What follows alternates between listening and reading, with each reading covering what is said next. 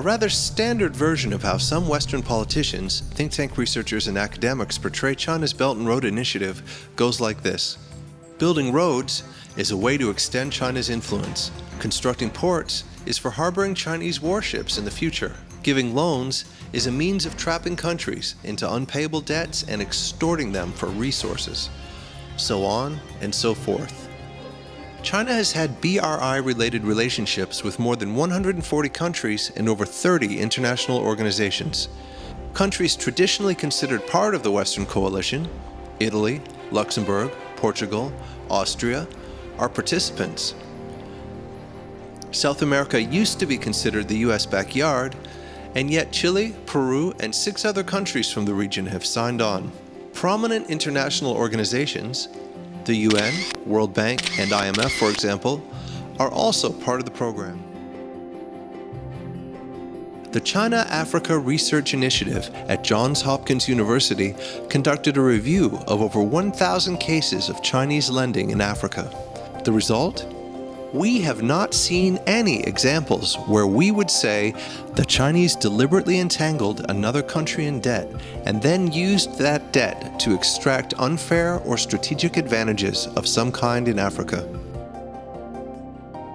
What I wanted to mention and to explain is that these two parts of the Chinese approach, hard projects plus non-interference, were something that the West did in the past as well. So it is not something that neither China invented, nor is it something that we have to criticize China for as if the West had never done it.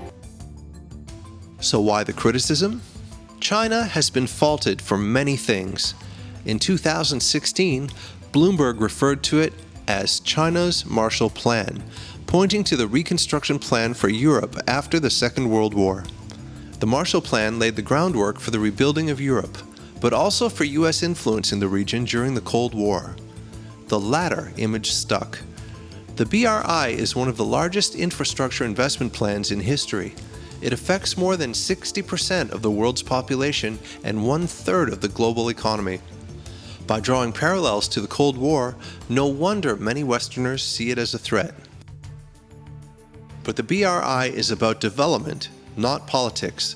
China isn't attaching any conditions to the loans, aid, and development offered via the BRI. During the pandemic, the BRI was a conduit for supporting campaigns to fight COVID-19.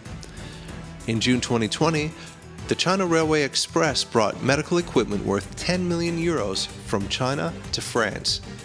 Between January and May in 2020, the Express transported more than 12,500 tons of COVID-19 related medical goods.